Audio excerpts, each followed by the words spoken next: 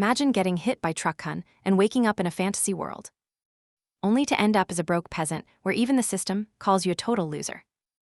Yeah, Ian's life was basically a dumpster fire until he ran into a psycho mage.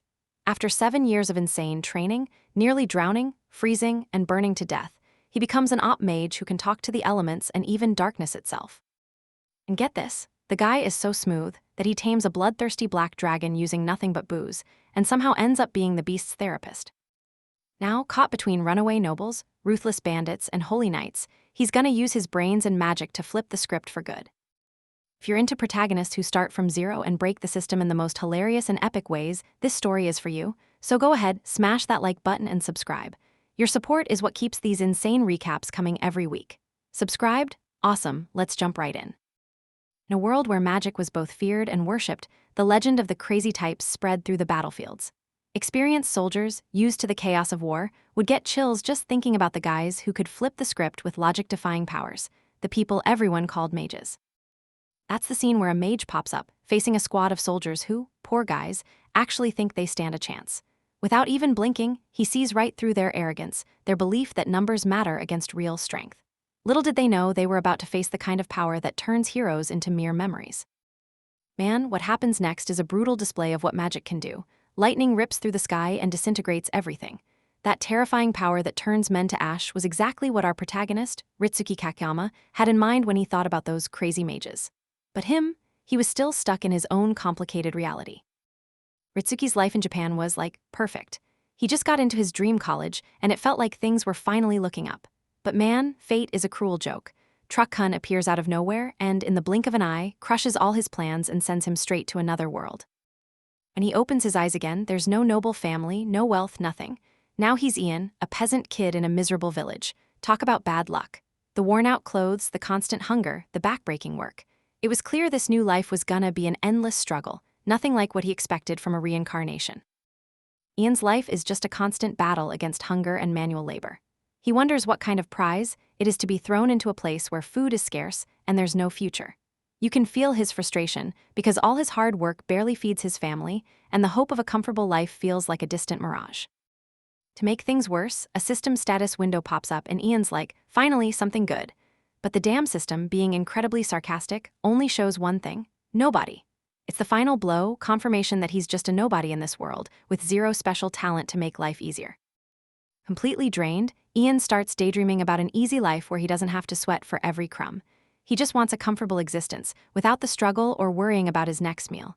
It's a simple wish, but in this harsh world, it feels like the ultimate luxury. Even with all the hardship, Ian takes care of his little sister like his life depends on it. They share a simple, pure moment, enjoying the only thing they actually have: each other. It's a small breath of fresh air before chaos decides to come knocking, showing just how brutal this world can be. But the peace doesn't last long, right? Out of nowhere, a giant bear shows up. Whoa! The thing is a monster of fur and claws, and everything turns into hell in seconds. In total despair, Ian can only think about protecting his sister, even though he knows he doesn't stand a chance against that massive beast. And right when everything seems lost, just as the bear is about to strike, a light appears. Aletith shows up out of nowhere, unleashing an overwhelming power that just vaporizes the bear in a blink. It's a total lifesaver, but it leaves Ian completely shocked and confused. Dazed and relieved, Ian tries to figure out who this woman with all that power is. The mage, Aletith, walks up to him with a mysterious vibe, and the kid is just. He doesn't know whether to feel scared or grateful to the person who just annihilated the threat that almost killed him and his sister. Man, in Ian's head, mages meant danger, unhinged people who could destroy everything at any moment. After all, they had a reputation for being crazy and causing more problems than they solved. Seeing such a powerful mage fills him with a fear he can't even hide. But Aletith, with a sharp look, reveals she wasn't there by accident. She was looking for a black-haired boy exactly like Ian. This totally shocks him because, how could he be special? This powerful woman was looking for him, a nobody, and that completely flips his perspective. Internally, Aletith was already connecting the dots. She knew Ian wasn't just some peasant, he was the chronomancer she was looking for, someone with the power to manipulate time. Her mission was clear: take him to be trained and maybe change everyone's fate. As the adrenaline wears off, Ian's curiosity takes over his fear. He starts watching Aletith, fascinated by the power she showed. The idea that maybe there's a way to escape his miserable life, a way to, change everything, starts growing in his mind. Then, Aledith breaks down the mystery of magic for Ian, telling him that anyone can learn it. It's not some gift you're born with for a lucky few, but a skill you can build with training. That info sparks a flame of hope in the kid, who thought he was stuck with an unchangeable destiny. Seeing the chance, Aledith makes the offer that changes everything. She offers to teach him magic. It's the perfect opportunity for Ian to get out of that miserable life and finally have a shot at flipping the script. For the first time, fate is actually smiling at him. Man, Ian doesn't think twice. He grabs the chance with both hands, accepting Aledith's offer. It's his Uno reverse card against his own bad luck, the first step toward a life he never imagined. He's ready to leave the past behind and dive headfirst into this new magical journey. Master takes her new student, Ian, to a study hall. She makes sure to visit the kid's parents and the city lord to get everything in writing, making sure his training is legit and avoiding any headaches later. Now, with everyone betting on his potential, Ian faces his first real heavyweight opponent, a massive textbook called Maronius, which promises to teach the absolute basics of magic. The kid is ready to pour his heart and soul into this new journey. Just like that, Ian's learning journey kicks off for real. He buries himself in Maronius while that mysterious system monitors his progress. Page after page, the kid dives not only into this thick volume but several other heavy tomes filled with spells with weird names. It's a total grind, but Ian's dedication is rock solid. The system hits 27%, then keeps climbing, and he hustles all the way to 99% completion. Finally, Maronius is 100% mastered, and Ian can now use the magical language with the perfection of a true mage. 7 long years go by. Time flies, but Ian's master, still looking as good as ever, announces that private lessons are officially over. Ian has grown up a ton, and now that he's mastered the magical language, she believes it's time to take the next step. The problem is, though, that all the kid has is book smarts. He understands the language and how to manipulate it, but actual, real-life magic is still a total mystery to him. The next lesson, man, is a real heartstopper, literally. Ian finds himself plummeting down a mountain, screaming that his master is going way too fast, but she's just vibing with his despair. The guy is shaking with fear because, look, he's only learned one damn magic language so far. It's not like he's a real wizard. He begs to be saved while the master, just watching her student suffer, seems to be having a blast with the whole bizarre situation. The master, with that same sarcastic smirk, tells Ian to try and focus on the voices around him. The kid thinks the woman is nuts. I mean, who the hell hears voices in the middle of nowhere? The only thing he can pick up is the howling wind. But then, when he really concentrates, Ian hears whispers and gossip from some air entities, totally shocked to see a human flying. It's the voice of Maronius, he thinks, and the system confirms it. He's unlocked the art of air, allowing him to manipulate wind magic. Out of nowhere, the guy basically turns into Superman. After that close call, the master keeps teasing Ian, who shoots back that she enjoyed watching him suffer. But the truth is, she wanted to show him the essence of magic. Mages borrow power from the mysteries of nature by communicating with them. This blows Ian's mind, and he finally gets the logic behind it all. That voice from way up there, she explains, was the voice of the wind, and he'd need to hear the voices of the other mysteries too.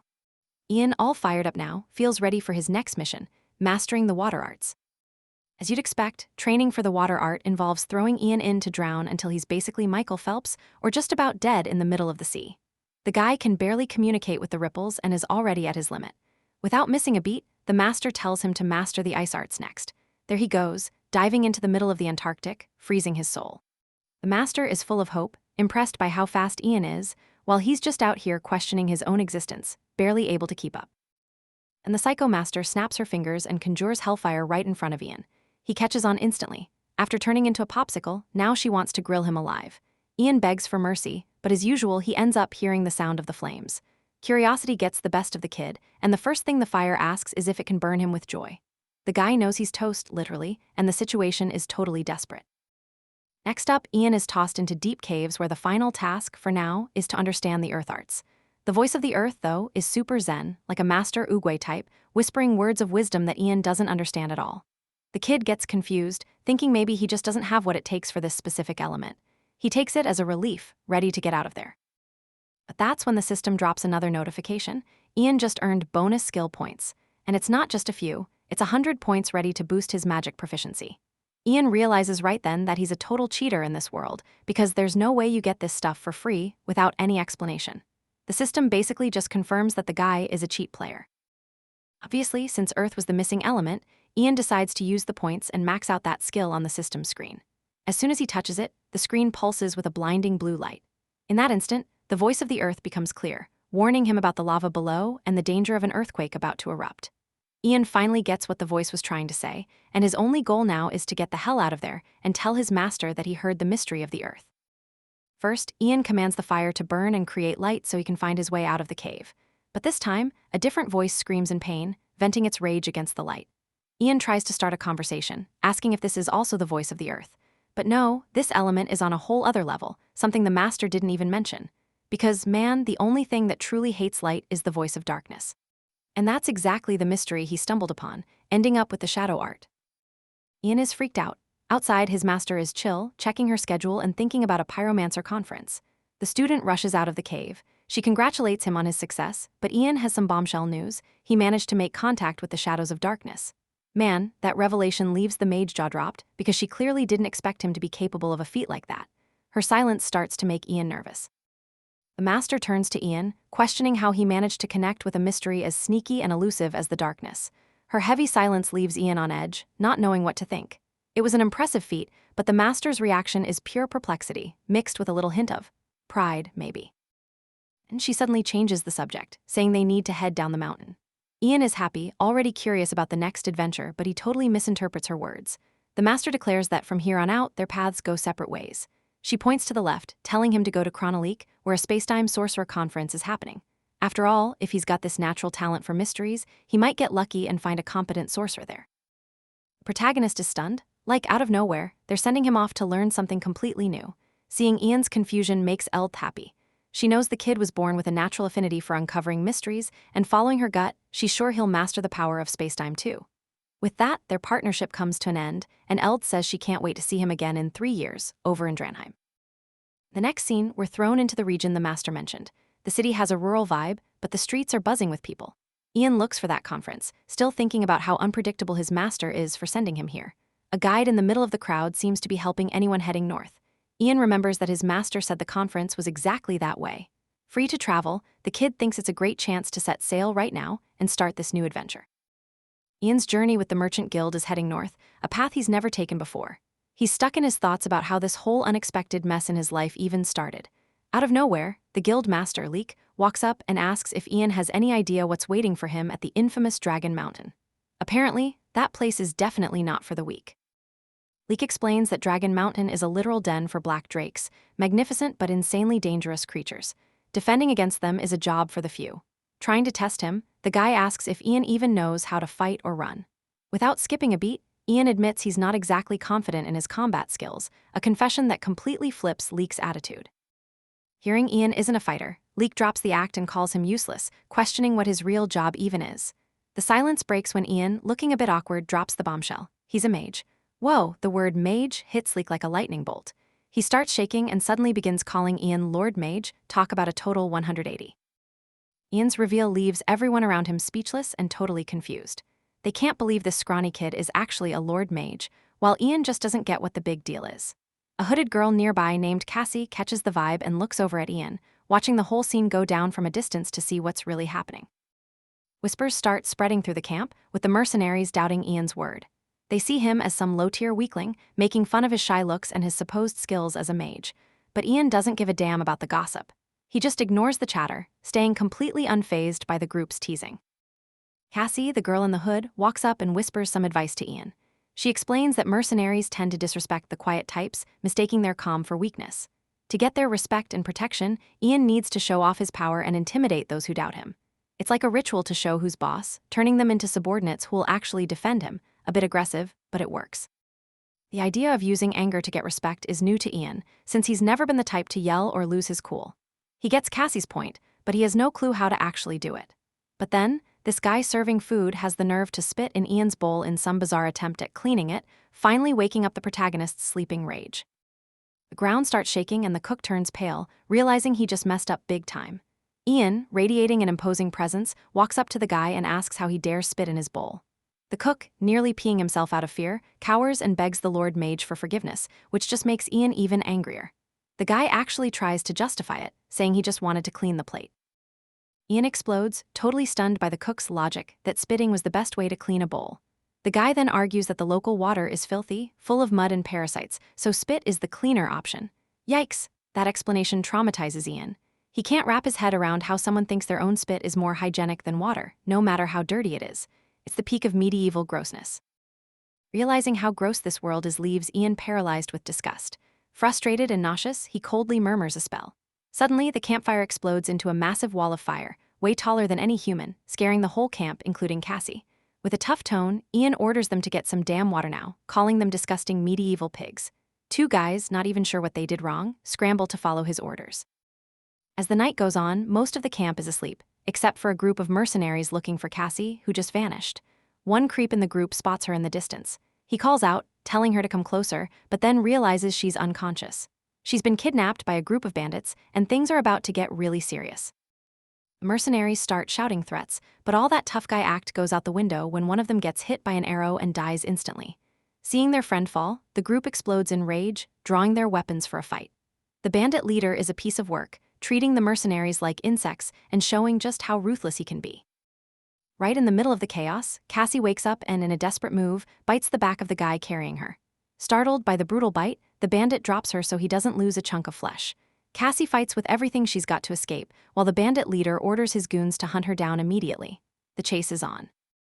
While all this shouting and chaos is happening outside, Ian is still in his tent, fast asleep. But his rest is haunted by a traumatic nightmare of that cook cleaning plates with spit.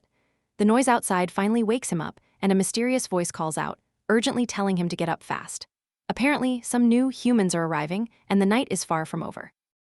The second the protagonist feels that heavy aura in the air, he knows it's go time, even before he hears the mercenaries rushing in.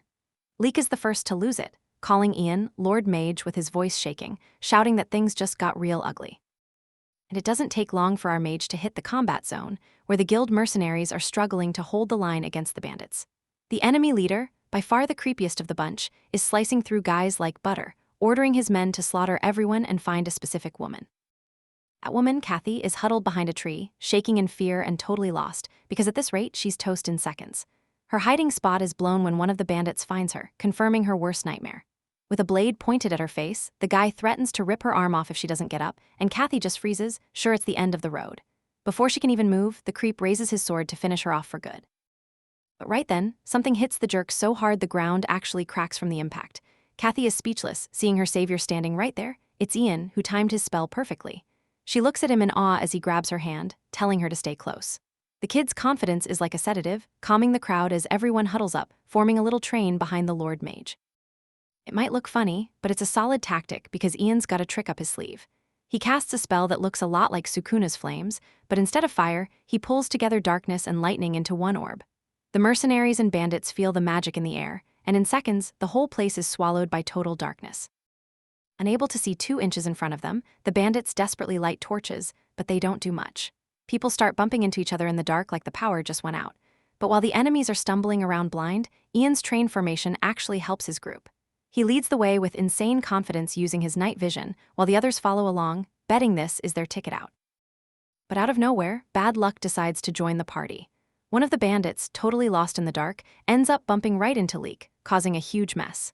This is bad because the enemy is lightning fast, raising his sword to strike and taking the only chance he's got. Up front, Leek is panicking, fearing for his life and begging to be spared, claiming he's just a helpless old man. That's when Ian has to step in again, using his fire spell. If he used it for a torch before, now he's literally using the flames to swallow the guy's face, roasting him alive. The bandit turns into barbecue and hits the floor, scaring the rest of the crew to their core, because they realize this kid isn't playing around. Ian figures this show of power would be enough to scare them off and make them run for it. And just like he thought, panic sets in among the enemy ranks. The bandits want to bail, but their leader refuses to retreat, roaring at them to move forward and take out the mage. Despite our boy's confidence, it's not like the bandits were going to get a chance to do much anyway. Out of nowhere, one of those terrifying black dragons, a drake, shows up, shocking everyone by biting the leader's head off in one go. It's a brutal death, the kind that freezes your blood and puts the fear of God into everyone left. But it doesn't stop there. Even our boy is terrified, because things just got way worse with this man-eater showing up. The beast looks at the humans almost playfully while munching on one of them, like a predator that just found a buffet. The remaining bandits bolt, and Ian's group is paralyzed with fear, with Leek stuttering and pointing the mage toward the dragon. Even though our boy is a pro mage, he has zero experience dealing with something this powerful, and he realizes total annihilation is knocking on the door. Here's the thing, that's when the system flags this as one of the primordial mysteries, which automatically unlocks a new skill for Ian: summoning. This lets him communicate with and summon other life forms. It's a pretty convenient power-up, considering his odds against that giant monster. This also gets him thinking if the beast in front of him is just like the other mysteries he's found. They were different elements, sure, but if he can at least talk to this thing, they might just survive this mess. After all, none of the previous mysteries have double-crossed him yet. Even though he's hesitant, Ian decides to risk it and gets the dragon's attention, which stares back with blood dripping from its mouth. Leek and the others genuinely think they're about to be sent straight to hell, even with Ian there to protect them. The mage waits patiently while the monster growls, trying to intimidate him. Pulling together a bit of confidence in his skills, Ian tries to make contact. Mage introduces himself in the cheesiest way possible, saying he's the dragon's friend. Yeah, looks like he picked up Naruto's talk no jutsu during that 7-year time skip. Either way, the dragon is confused, and so is Ian's group. Our boy is literally imagining a sign over his head saying, "Friends don't fight," but I think he forgot the tiny detail that this beast just swallowed a grown man 2 seconds ago. The creature growls back, making the others wonder what it's actually saying to the mage. But the hilarious part is that even he doesn't understand a single word coming out of its mouth. He's just as lost as everyone else, and with zero way to communicate, things are looking pretty tense. So, without thinking twice, he takes his remaining skill points and dumps them all into his summoning stats just to have a shot at communicating. After leveling up the skill, our boy finally starts to understand the dragon's language, giving him a real chance to talk to the colossal beast. Ian tests it out by calling the beast again, but that just ticks it off. It roars right in his face for wasting its time. Ian's group is frozen in fear, but he keeps his cool and chooses his words carefully. First, he explains he has no intention of fighting, and the dragon basically tells him it'd be pretty stupid to even think about it. Ian agrees, promising he knows he'd lose instantly if they tried to attack. He plays right into the dragon's arrogance, making it sound like a total waste of time for such a massive beast to fight insignificant humans. The proud monster takes it as the humans begging for mercy, while Leek and the others realize they're actually having a conversation. Dragon roars, agreeing that it really would be pointless to kill the rest of the weaklings, which is exactly what our boy wanted to hear. Ian starts thinking the negotiation is going their way. The only problem? The beast growls that it's in a terrible mood right now, making it clear it has no intention of letting them leave. Ian's group falls to their knees begging for their lives, while our boy wonders what on earth he's going to do now. Ian's backed into a corner. This dragon is more pissed off than a cockroach on cleaning day, and the vibe is basically get out or get cooked. Our mage is smart, though he decides to talk his way out instead of throwing hands. He drops the big question, why the attitude, big guy? The dragon, full of himself, snubs him, saying he doesn't owe a mere mortal an explanation. But Ian doesn't back down. He insists on helping turn things around, even if the dragon thinks humans are useless. Keeping his cool, Ian starts chanting some weird words. Out of nowhere, water starts rising and raining all around him, creating a scene that even the dragon thought was super weird. This mystical aura surrounding the mage is what finally catches the monster's attention. Up until now, he was just huffing and puffing with arrogance. The mage explains he's just a guy trying to solve the world's mysteries, so he just wants to lend a hand and help out however he can. Since the beast doesn't fly into a rage this time, Ian knows right away he's got a foot in the door. The immediate death threat is gone, sure, but now there's a new problem. How the hell is he actually going to keep this promise? Ian knows the dragon holds all the cards, so he's the one who needs to set some rules to actually help. Then, he has a flashback to Master Aletith, who always preached that real magic isn't just casting spells, it's about communication. You gotta flirt with the mysteries, since they all have their own personalities, and you need the gift of gab to earn their trust. Basically, to be a top-tier mage, you gotta be a master of social manipulation. Curious, he opens his skill window and finds expert summon management, which promised to solve all his problems. But here's the thing, the system is even crazier than he is. The strategy? Offer high-quality booze and suck up to the beast until he can't take it anymore. Ian reads it twice, breaking into a cold sweat. It's not every day a survival guide tells you to become a drunk dragon's personal brown-noser. Ian almost throws in the towel, thinking a mission like this is like asking a lonely nerd to be the life of the party. Even the dragon looks confused, having no clue what he's up to. But then, Ian takes a deep breath and decides he's just gonna go straight for the beast's heart, no matter what. Looking like he's about to make some magic happen, Ian turns to the dragon and announces, "My friend, I've prepared a gift so grand it'll rock your scales." The monster isn't stupid and demands the surprise right now. So, Ian sends Leek, who's nearly having a heart attack, to run and grab the strongest drink they have. It doesn't take long for Leek to show up with a fancy box, the kind you only open for special occasions. The dragon looks at the box and doesn't get the vibe, and inside, Ian is pissed at the beast's ingratitude. But on the outside, he keeps up his nice guy act and explains that this stuff is basically liquid gold to humans. Next, he pours a giant mug, the kind that really hits the spot, and offers it to the beast. The dragon gives it a suspicious sniff, finds the smell weird, and suddenly explodes in a rage, asking if the human is trying to pull a fast one. Everyone panics, but Ian doesn't even blink. To prove there's no trap, he downs the entire mug in one go without flinching. The crew is shocked by the mage's guts. He pretends it was nothing, but inside, he's definitely feeling the kick of that drink. Monster is still annoyed by the smell and covers his nose. Ian insists, saying if he just gives it a chance, it'll get better. The dragon, who isn't a total fool, looks at that tiny little mug and thinks, this won't hurt me. He sticks out his tongue for a taste while Ian's crew prays for a miracle. And out of nowhere, the dragon starts shaking like a leaf. It's clear he didn't expect that hit. The taste might not be great for a wild beast, but the feeling? That's addictive. Seeing the perfect opening, Ian suggests the beast try another kind too. And just like that, night turns into day, with the dragon chugging so much alcohol he gets completely wasted, discovering a new addiction he didn't even know he needed. Our mage can only wonder how the hell this guy is still alive after polishing off 7 whole barrels, realizing the beast has a ridiculous tolerance. At this point, Ian knows his plan to bail once the big lizard fell asleep is officially down the drain. While Ian keeps sipping the same poison, the completely hammered dragon suddenly drops the big question. Okay, but what about my bad mood, huh? Then the beast starts crying like an emotional schoolgirl, leaving Ian speechless. The cause of all the whining? His nest is trash compared to other dragons, and even though his partner said she was happy there, she got bullied for it. Yep, the big guy is crying over his ex-girlfriend. Ian is totally indignant, thinking about how an ugly dragon like that managed to get a girlfriend while he's still single. The creature, drowning in sorrow, explains that his partner started getting mocked for his crappy nest, which made him feel guilty, so in a fit of rage, he ended it all. The scene is as hilarious as it is tragic, because the tough guy's crying roar wakes up Leek and the others at the camp, scaring them half to death. Deep down, Ian gets the big guy's pain. It's heartbreak just like any human. And right then, a genius plan clicks in Ian's head. He calls out to the beast and without hesitation offers a solution. He'll use his own magic to fix that busted-up nest, which is the root of the dragon's heartbreak. The monster is moved by the offer, but Ian isn't stupid. He immediately sets the hook, asking for a favor in return. Next morning, Ian is already up and has zero patience for Leek, who's still snoring away, probably dreaming about some romantic nonsense. He gives the clown a not-so-subtle tap on the head, but the old man won't budge. Ian finally snaps and threatens to flick his fingers and cast a spell if he doesn't get up right that second. He shoots him a look scarier than the dragon itself, and the result is instant. Leek wakes up with a scream, so loud he knocks over the rest of the group still passed out on the ground. Ian had to haul everyone's dead weight in a wagon for a while, since the whole crew basically fainted from pure terror the second that dragon roared. Kathy is already starting to question her life choices and whether joining this group of cowards was really a good idea.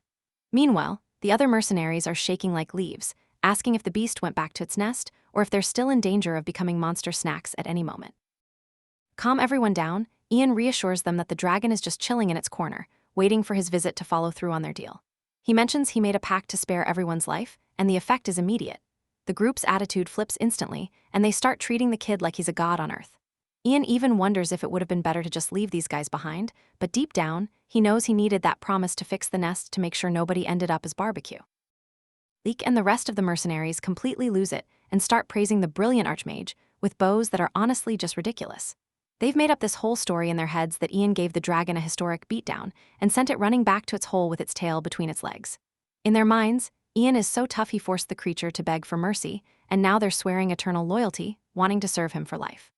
Ian just wants them to shut up and get moving, making it clear that nobody better dare leave him behind. Group agrees instantly, pretending they're some inseparable unit now, while Leek tries to get organized and see how many mercenaries are still in one piece for the trip. But Kathy isn't stupid. She's keeping her eyes wide open, watching Ian with a level of suspicion that shows she knows something is definitely off. While everyone else is celebrating, she stays on high alert, trying to figure out what our protagonist's real game is before they head out. And the dragon finally leads Ian to the nest. The place is a total dump. It's cramped, full of jagged rocks, and not comfortable at all. Ian is shocked by how bad it is, which makes the dragon jump with anxiety, thinking his home is beyond saving. The real problem isn't how hard the job is, though. It's that Ian is running on empty and dying for some sleep. He just wants to get this expansion over with so he can rest without his brain melting in the process.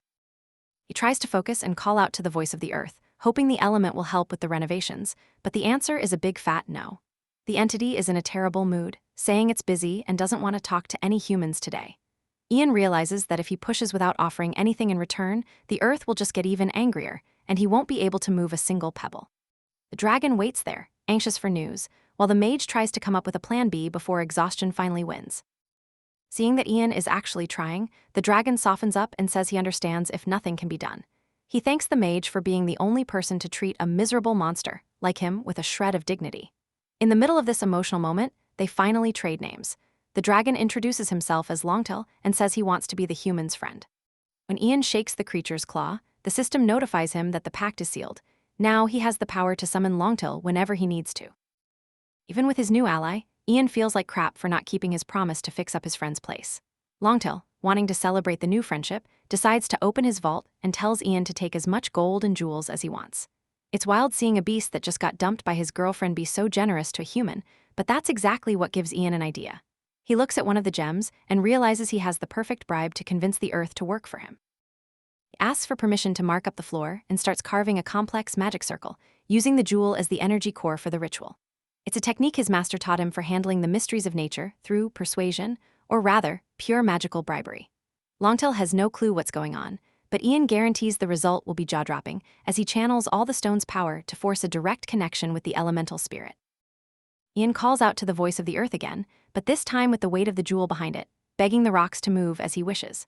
The light from the circle is so bright it blinds the dragon for a few seconds, but when the dust settles, the nest walls are smooth and the space has tripled in size.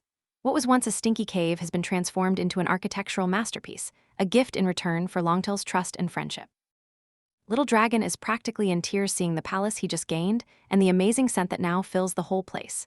He's so hyped he starts blabbing about how he won't be embarrassed to show his home to his girlfriend anymore, and that even their future kids will grow up safe there. Ian didn't really need all those details about the beast's love life, but he's satisfied the plan worked, despite the sudden family drama vibe in the nest. But the price for this miracle was way too much for Ian's body to handle. The second he relaxes, an unbearable headache hits, and he starts shaking uncontrollably from the strain. The effort it took to bend the earths will fry his magic circuits in a way few people would survive. Before Longtail can even say thanks again, Ian collapses to the ground with a nosebleed, losing consciousness completely as the system screams that he's hit his critical health limit. Things went from a magic show to an emergency room in a matter of seconds. Ian is totally out cold on the ground after draining every last drop of mana to fix the dragon's nest. He pushed himself so hard his body just quit. Seeing him collapse like that makes Kathy lose it, totally forgetting how dangerous that beast actually is. She runs right at him without even thinking about the risk of being the monster's next meal, acting on pure instinct to save the one person who can actually protect her in this chaotic world. The dragon just watches the scene, probably trying to figure out if this human is insane or just really brave. Kathy is terrified, shaking like a leaf, but then she remembers those ridiculous, pointless gestures Ian did earlier to try and talk to the beast. In a moment of total desperation, she starts mimicking those moves, trying to signal she's a friend and not a snack.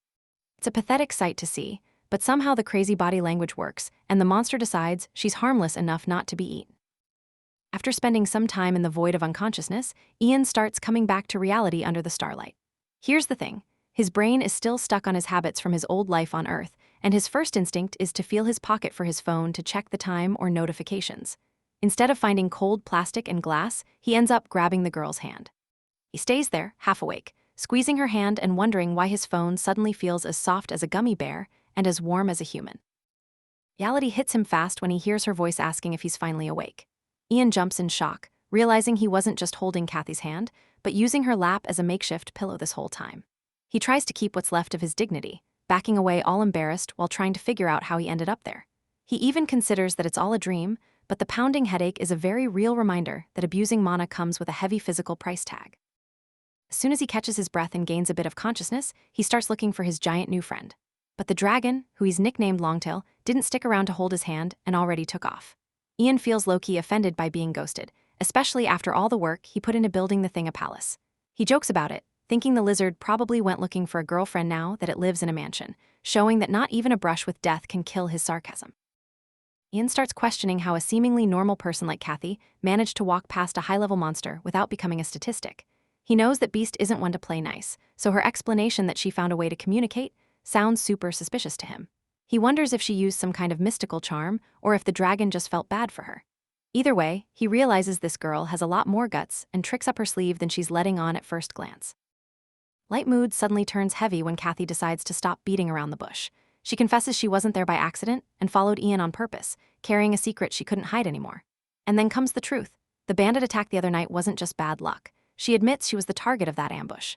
Seeing her shake while admitting she put everyone in danger makes Ian realize this situation is way deeper and more dangerous than just a simple escort job. That's when she decides to drop the act and drops the bombshell about her real identity. Her name isn't Kathy, and she's far from a common runaway. She reveals she's actually Lucy from the noble Tarian family, the bloodline that rules the Fenlep region. Ian, who is expecting some cliché fantasy drama, realizes from her expression that being a noble here is more of a death sentence than a privilege, and her life is literally hanging by a thread. Story gets even dirtier when she reveals the bandits were sent by her own fiancé. This isn't just a couple's fight, it's a relentless hunt led by the person who was supposed to protect her. Lucy admits she tried to run away alone to escape him, but after seeing how violent those mercenaries were, she realized she wouldn't last 2 days out there without help. She begs for Ian's protection, holding his hand like he's the last life raft in a shipwreck. Help him understand the mess, she explains how the Tarian family fell from grace. They were a house of barons with zero military power, living in constant fear of being swallowed up in territorial wars. Desperate to save their name, her parents brought in a mercenary captain to be the family's muscle and secure their safety through a political marriage. At first, it seemed like the perfect solution, but they accidentally let the real villain into their home. Once he was part of the family, the mercenary turned out to be a power-hungry psychopath who respected no one. He started acting like he already owned the place, treating Lucy with total contempt and openly cheating.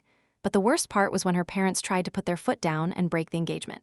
To keep his status, the scumbag just poisoned both of them, clearing any obstacles in his way. Even Ian agrees this guy is a top-tier piece of human trash. Lucy explains that the monster's end goal is to inherit the Tarian name and title through marriage, since he'd never have that as a commoner.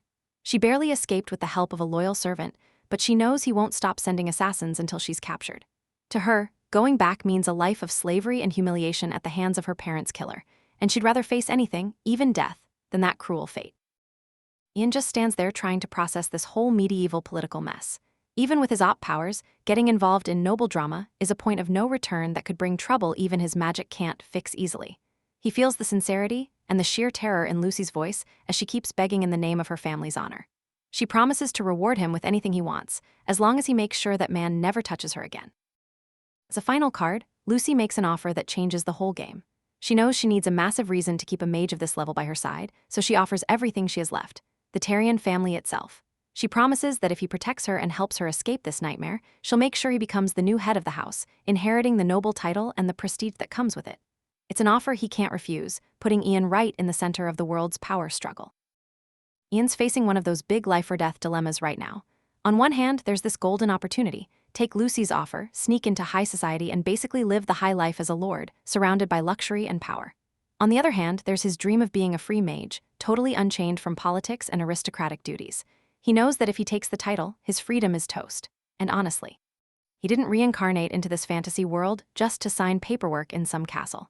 What he really wants is to push his magic to the absolute limit and see just how far this cheat system can take him. He gets his head on straight and goes with the path that makes the most sense for leveling up, becoming a mercenary. Ian makes it crystal clear to Lucy that he's no knight in shining armor or some sword expert who's gonna stay on the front lines taking hits for her. The deal is simple. He'll help her clear out the hunters and get her where she needs to go, but it's gonna cost her. He decides to treat this like some real-deal combat training, and, as a bonus, score some serious cash to fund his travels and magic research. Lucy is so relieved she basically just collapses. Imagine the weight off her shoulders knowing the guy who went toe-to-toe with a dragon is officially on her side. She can't hold back the tears and throws herself into Ian's arms, letting out all the panic and loneliness of being hunted by her own fiancé. Ian finds the whole thing a bit awkward, but he gets it. Behind the noble act, she's just a desperate girl trying to survive a deadly conspiracy. Meanwhile, outside the cave, Longtail is living his best life, soaking up the sun like he didn't just almost wipe out a group of humans. When Ian and Lucy finally show up, the dragon gets all hyped, noticing his new contractor is already back on his feet. Ian explains they need to head down the mountain to meet up with the rest of the group. Since the dragon is in a great mood with his new luxury cave and all, he decides to give them both a first-class ride. Here's the thing, though Longtail has absolutely no filter. Out of nowhere, he blurs out that Ian's girlfriend should hop on too. The mood gets awkward fast. Lucy turns bright red, wanting to crawl into a hole, while Ian desperately tries to explain to the tipsy dragon that they aren't a couple and that it's strictly professional. The dragon isn't buying it at all, though. He still thinks they're a cute pair and just ignores everything the mage says. Lucy's still in shock at the idea of riding a black drake, which, fair enough, usually these things eat people, they don't act like Ubers. But Ian is so chill about it, acting like it's the most normal thing in the world that she finally gives in. She hops on the back, grabs onto Ian, and right then, she realizes her life has totally changed. They start the descent, leaving the safety of the cave behind to face whatever's waiting for them down there. Down at the camp, things are tense and the merchant group is about to split up. Half the guys want to bail while the dragon is gone, swearing that Ian is already monster food. But Rick, who's got a major debt of gratitude and honor toward our guy, isn't budging. He gave his word that he'd wait for their savior to come back, and he's not breaking that promise, even if it means being a sitting duck while everyone else is panicking. Rick's stubbornness ends up attracting exactly what they feared, but it wasn't the dragon. A gang of bandits, who were clearly tracking them, invades the camp and rounds everyone up. The leader isn't there to steal cheap goods, he wants the girl with the dark blue hair. Rick tries to play dumb, but the guy makes it clear they know exactly who they're looking for, and they aren't taking any lies for an answer. Things escalate fast when the bandits realize Kathy, or rather, Lucy, is nowhere to be found. For Rick's group, this is a nightmare because now the bandits think they're hiding her on purpose. Everyone's got a blade to their throat, and the merchants are starting to lose it, realizing they're about to pay with their lives for someone they don't even know the location of. But then, the sky literally feels like it's falling on the bandits. Right as things were about to turn into a massacre, Ian makes the most epic entrance ever, dropping in from above on Longtail. To the merchants, it's like a god returning to save them. To the bandits, it's the literal apocalypse. Seeing a black drake diving at them with a human in control breaks whatever courage those thugs had left. The panic is instant and absolute. The bandits don't even try to fight or hold the hostages, they just drop their weapons and bolt like death itself is breathing down their necks, which technically it was. Ian didn't even have to cast a single spell. Just having his pet around was enough to clear out the camp and show those guys that messing with his group was the biggest mistake of their lives. As soon as the dust settles and the bandits retreat, the group finally breathes a sigh of relief. Leek is thanking the heavens that Lucy is still in one piece. But then things get heavy when the Church of the Heavenly God comes up. It brings back some bitter memories for Ian about how things work in this world. Here's the cruel irony. Their doctrine forbids slavery among believers, but in reality, traffickers use the faith to profit off people's misery. Ian knows he's dealing with an organization that preaches light, but operates in the filthiest shadows. What's really bugging our protagonist is how insanely persistent those guys are. I mean, they didn't even fully back down when faced with a black drake and a mage. He realizes their greed is bigger than their survival instinct, and that's a clear sign they'll keep tracking the girl to the ends of the earth if they have to. Their desperation makes everything way more dangerous. Ian knows he doesn't have the raw power yet to just wipe out an entire army of stubborn mercenaries in one go. With no other way out and wanting to make sure no one follows them, Ian makes a tough call. He gives Longtail a direct order: hunt down and eliminate every single one of those men. The dragon doesn't waste any time and accepts the mission with a malicious glint in its eyes. It's ready to show why it's the top predator. Ian feels the weight of the decision, but he gets that in this fantasy world, mercy is just an invitation to your own funeral. And he's not planning on dying anytime soon over some moral hangups. While the dragon is doing the dirty work, the price of using Moronius's language kicks in. Ian's head starts spinning like crazy again. Lucy rushes over to support him, begging him to stop destroying himself trying to save everyone all the time. Right then, Ian reflects on how brutal this reality actually is. Killing or being killed is just a Tuesday here. If he wants to survive and protect his people, he's got to bury his modern civilian mindset and embrace this ruthless side. The tense vibe is broken by Leek's gossiping spirit. When he sees Ian in Lucy's arms, he starts cracking jokes, asking if they're an official couple yet. Both of them react with absolute horror, which just makes the merchants even more amused. Hey, they love a good romance to distract from the chaos of the road. Despite the awkwardness, this shows that even in danger, the bonds in this makeshift group are getting stronger through shared humor. Journey continues, but Ian's system won't stop beeping. It's coldly confirming every life Longtail takes in the woods until it hits a body count of 11. It's an insanely practical tool, but it constantly reminds the kid that he's now responsible for a bloodbath. When the Drake comes back via telepathy, all proud of clearing the path, Ian feels genuinely grateful, even though he knows he can't exactly show off his pet monster to everyone without causing a total panic. The time to say goodbye comes once they reach the edge of the mountain range, since Longtail can't leave the mountains. The dragon shows some pretty touching loyalty, making it clear it hates saying goodbye and only did all that to make Ian happy. Ian feels a pang in his chest about losing his best defense, but he promises this is just a see you later. He realizes the beast has become way more than just a combat tool. Before vanishing into the fog, the dragon drops one last hint about the mystery of the ice phoenix that supposedly lives in the northern mountains. Ian is intrigued by the idea of a creature that never truly dies and can adapt to any element, changing its nature based on the environment. As a magic and summoning nerd, he's already starting to plot if it would be possible, somewhere down the line, to add an entity that powerful to his arsenal. Group finally spots the gates of Riverville, but Ian decides right away that they need to keep a low profile to avoid trouble with the local nobles. When Leek suggests visiting the city's lord, Ian shuts it down immediately. He knows that getting Lucy involved with high-ranking officials is the fastest way to get caught by the wrong people. The plan is simple. Find a cheap inn, rest up, and vanish before anyone starts asking too many questions about his mysterious companion. Keep people from getting curious, they end up playing along and pretending to be a couple on a trip. Of course, this triggers another round of teasing from the merchants. Lucy gets so into the role that she clings to Ian's arm so hard it even makes Leek blush, thinking the romance is real.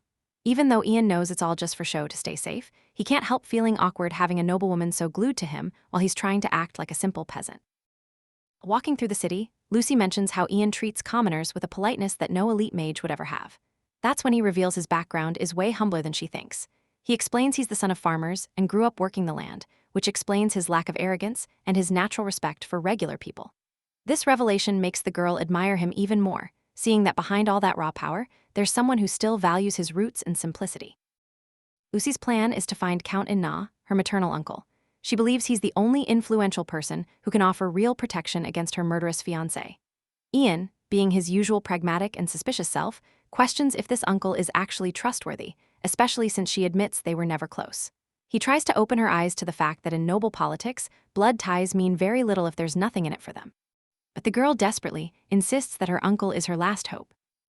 A moment of sharp banter, Lucy jokes that if Ian asked her to marry him, she'd say yes in a heartbeat just to keep such a strong mage by her side forever. Ian, however, is a walking bucket of cold water. He kills the mood by saying their contract ends the moment she's delivered to her uncle. He makes it clear he has zero interest in noble titles or being the hero of some cliché romance, which leaves the girl visibly frustrated by his total lack of romanticism. Argument gets even funnier when Ian says, with total calm, that there are plenty of other women out there. He basically dismisses the idea of marrying Lucy like he's picking a dish off a menu. Offended at being rejected so bluntly, the noblewoman storms off, marching toward the inn in a fury. Ian just watches, not really getting why she's so annoyed. It just proves that he might be a master of magic, but he's a total amateur when it comes to understanding women's feelings. When they get to the inn's reception, Ian pulls out a bag of gold and pays up front for a room and a bath. He just wants some peace and quiet after days of traveling in the dust. The clerk asks if the lady wants to use the facilities too, but Lucy reacts with this contained panic that takes Ian a second to process. He realizes the concept of a bath, in this medieval village, is way different from the private luxury a noblewoman is used to, and things start getting awkward between them. Horror on Lucy's face is for a very specific reason. The idea of undressing in a place with zero privacy is a nightmare for any high society lady. Ian notices her discomfort and quickly steps in, skipping the bath for the girl and taking charge before she starts hyperventilating in front of the clerk. He gets that, even though she's in disguise, her noble modesty and upbringing are still there, clashing hard with how rustic this place is. When Ian takes a look at the bath area, he totally gets the girl's drama. The bathtub is basically an exposed cauldron where anyone walking by can see everything. It's the peak of medieval lack of privacy, and even he feels a bit exposed in that ridiculous situation. He decides he's going to be quick and practical, but the real problem isn't the bath itself. It's the looks Lucy has already started attracting in the inn's lobby. Ian's protective instinct kicks in the second he spots 3 suspicious guys checking Lucy out from across the room.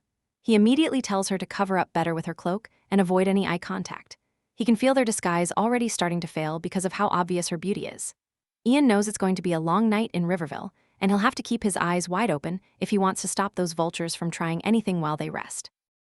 While Ian and Lucy try to keep a low profile, fate decides that being too good-looking is a major problem in these roadside towns. A group of local thugs with way too much time on their hands has already targeted Lucy with the worst intentions. They see her as a prize, an angel who shouldn't be hanging out with a plain guy like Ian. In their tiny minds, Ian is just a skinny obstacle they can crush to get what they want, and they're planning to move fast before the duo leaves the inn. Far away in the comfort of the castle, Leek is doing what he does best, being a professional suck-up. He realizes this is his golden ticket to a luxury stay and the protection of the Lord of Riverville, so he starts inflating Baron Kartz's ego with flattery that would make anyone feel like royalty. He's setting the stage, using his merchant charm to make sure the Lord is in a great mood before he drops the information bomb he's carrying. Sensing that the Lord is officially hooked, Leek reveals that their group traveled with a high-level mage, someone capable of taming a dragon like it was a house pet. He overdramatizes the story, talking about how this master of the arcane saved everyone's skin.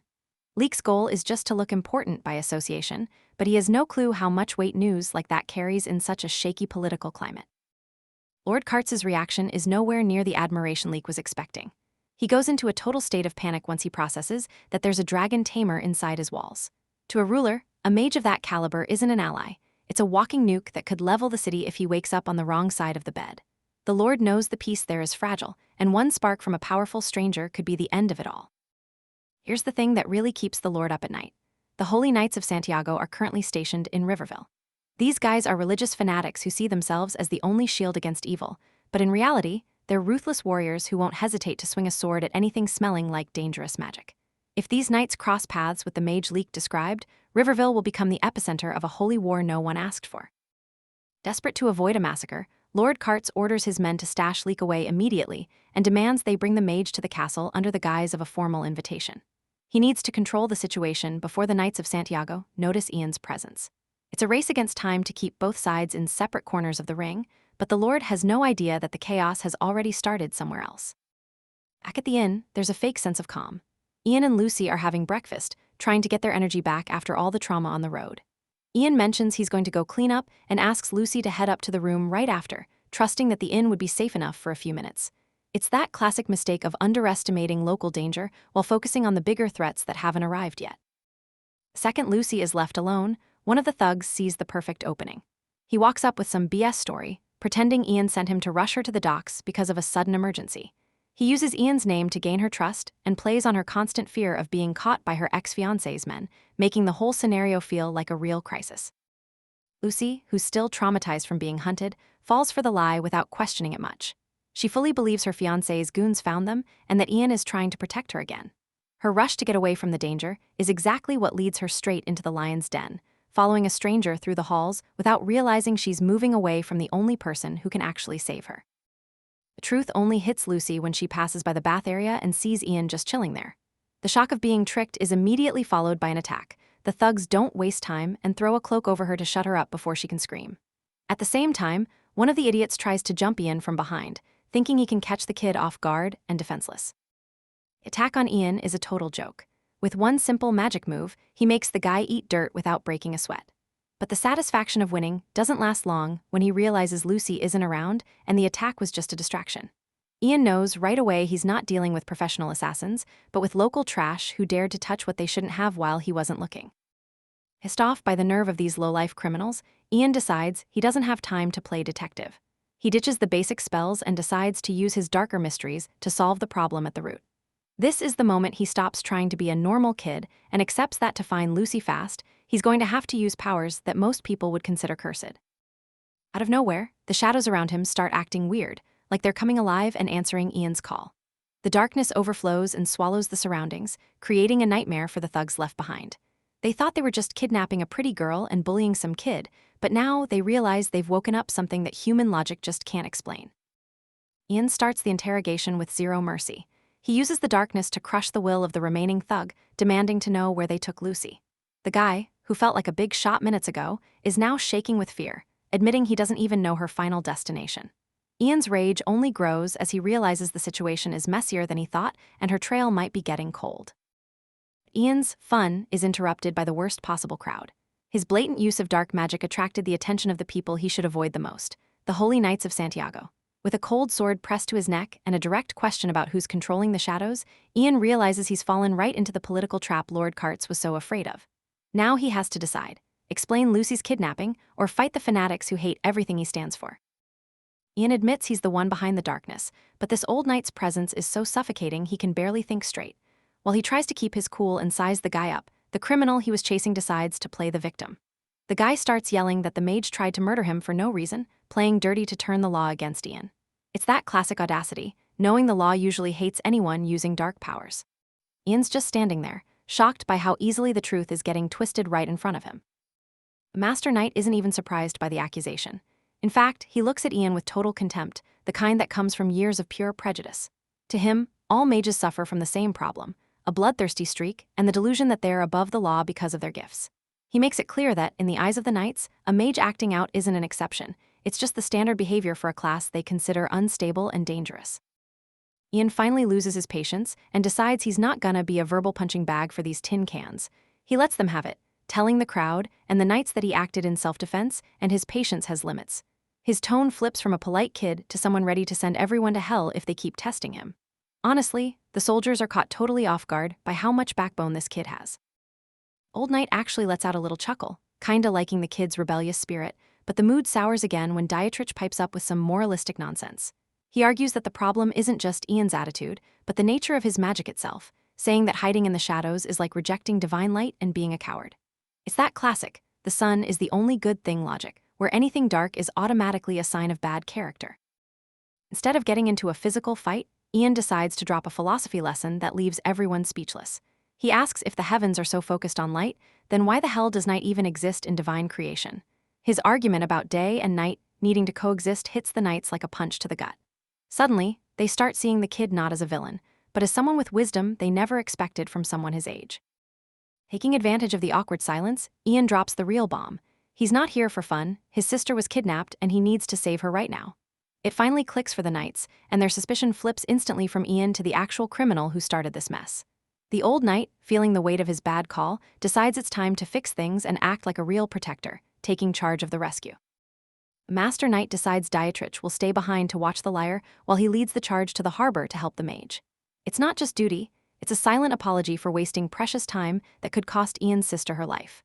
They're racing through the city streets now, knowing that every second the kidnappers gain is another chance for them to vanish down the river.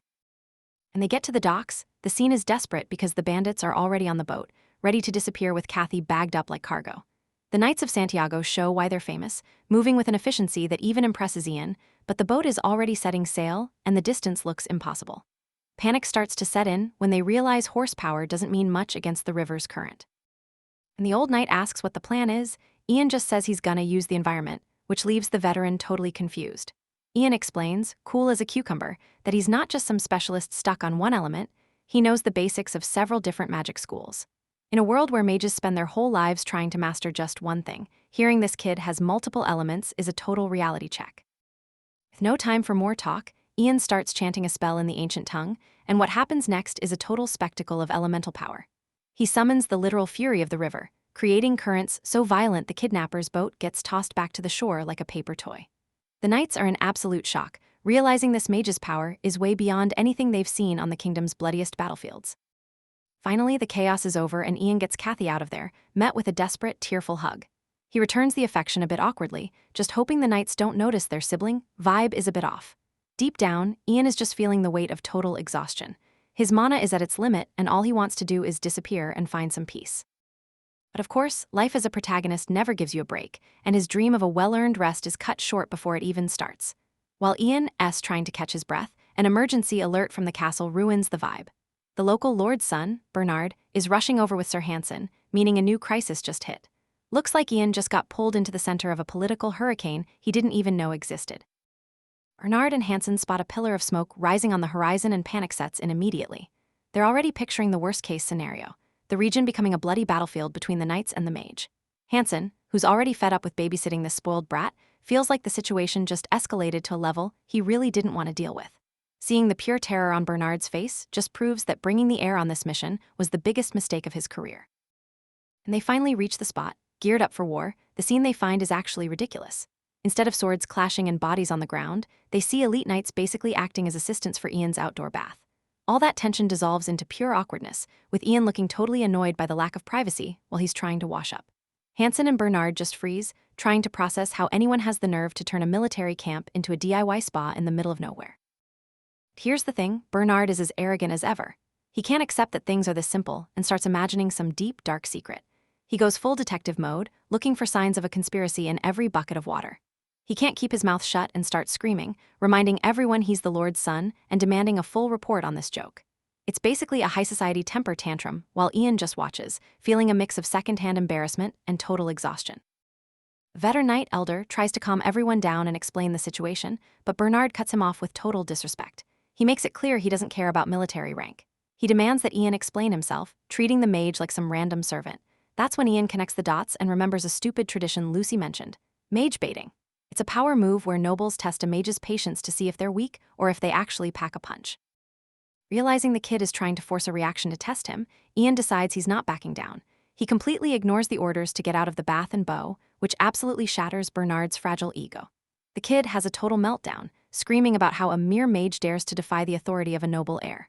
But Ian doesn't flinch. He tells it like it is, letting him know he has zero obligation to listen to a rude kid who doesn't know his place. Bernard's fury hits its peak, and he orders Hansen to arrest Ian right then and there. But the knight is way more worried about avoiding a diplomatic disaster than obeying a brat's tantrum. For Ian, though, the joke stopped being funny the moment they started calling him a fraud. To end it once and for all, he unleashes a heavy mix of light and dark magic, making everything around them float. This show of brute force makes Hansen immediately flip his tone and apologize for his master's lack of common sense. Ian cools off, thinking that the light show was enough to put Bernard in his place and end the argument. But logic is exactly this kid's strong suit. He keeps foaming at the mouth even after almost being swallowed by magical pressure. Things get heavy, and Ian starts thinking that this spoiled behavior could lead to real political trouble, maybe even an execution order. In the end, he realizes he'll have to cooperate for now if he wants to avoid a massive headache with the local nobility. Next day, the scene shifts to the luxury of the castle. The Lord of Riverville invites Ian for some civilized tea to smooth things over. The Lord actually has some sense, unlike his son, and starts by apologizing 1,000 times for Bernard's disastrous behavior. Ian tries to be diplomatic, admitting he might have gone a bit overboard with his power flex. They play this polite game while the Lord asks why Kathy didn't come along, and Ian explains she's safe at the inn under knight protection. Talk gets serious when the Lord asks about Ian's lineage, and Elth's name comes up. The ruler recognizes her instantly as a rising star from the academy, which immediately boosts Ian's status in his eyes. From there, it's pure geopolitics. The Lord asks if Ian knows about the dangerous tensions between Palgar and Roxelin. It's obvious a war is brewing, and Ian, despite wanting to stay out of trouble, just landed right in the middle of a very complicated chess match. When asked where he's headed, Ian reveals his goal is the East, seeking answers to mysteries that still haunt him. Impressed by the young mage's vibe, the Lord seals the piece with a high-tier gift, a chest containing the Wings Gate. It's a staff that belonged to a legendary aeromancer, and the second Ian touches it, he feels an immediate connection. It's not just a luxury item, it's the perfect gear to channel his insane energy, finally giving him the presence of a mage who demands respect. Ian leaves the castle feeling like things are finally falling into place, and he's gained a powerful ally. But the peace doesn't last long. Before he can even admire his new staff, Kathy comes running toward him, pure panic on her face. She shouts that something terrible happened and shows him a crow she caught. From her hysterical reaction, it's clear this isn't just a bird. It's an omen that some new, much darker trouble just arrived in Riverville.